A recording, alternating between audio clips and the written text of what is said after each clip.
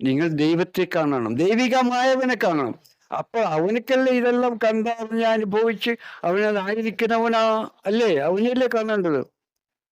എന്നിട്ടല്ലേ ബുദ്ധൻ തന്നെ പറഞ്ഞു, നിങ്ങൾ ആദ്യം ഒരു വെളിച്ചമാവുക, അല്ല വെളിച്ചമാവുക നിങ്ങൾ എന്ന് പറയും.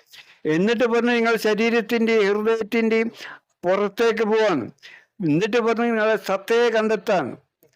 എന്നിട്ട് പറഞ്ഞു സത്തയുടെ കേന്ദ്രത്തെ കണ്ടെത്താൻ, കേന്ദ്രത്തെ കണ്ടെത്താൻ.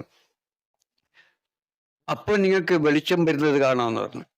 ഇങ്ങനെ നിങ്ങൾ കണ്ടെത്തി കണ്ടെത്തി കണ്ടെത്തി പോകുമ്പോഴത്തേനും ഇവിടെ ജീവിതത്തിന്റെ ഇടയിൽ കുട്ടികളുണ്ട്, ഭാര്യയുണ്ട്.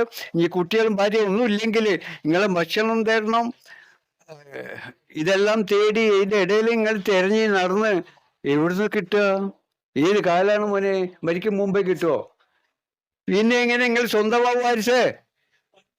പിന്നെ എങ്ങനെ അതായി തീരാൻ കഴിയും? കഴിയില്ല. അപ്പൊ നിങ്ങൾ ദൈവത്തെ അരിച്ചതായി കാണണം, ആദ്യമായി ദൈവത്തെ കാണണം. അല്ലാതെ സാമ്യയും ഗ്രന്ഥവും ഈ മതങ്ങളും ഒക്കെ മതസ്ഥരൊക്കെ ചെന്ന് കണ്ടാലേ ആവൂല മോനെ. കാരണം ദൈവത്തെ, ഈ സത്തയെ കണ്ട് സത്തയുടെ കേന്ദ്രത്തെ കണ്ടെത്തി, പിന്നെ ആ പ്രകാശത്തെ കണ്ടെത്തി, ഇതെല്ലാം കണ്ടെത്തിയതിന് ശേഷമല്ലേ പിന്നെ അതാവാൻ കഴിയൂ. അപ്പൊ ഇന്നാ കണ്ടെത്തി തീരുക.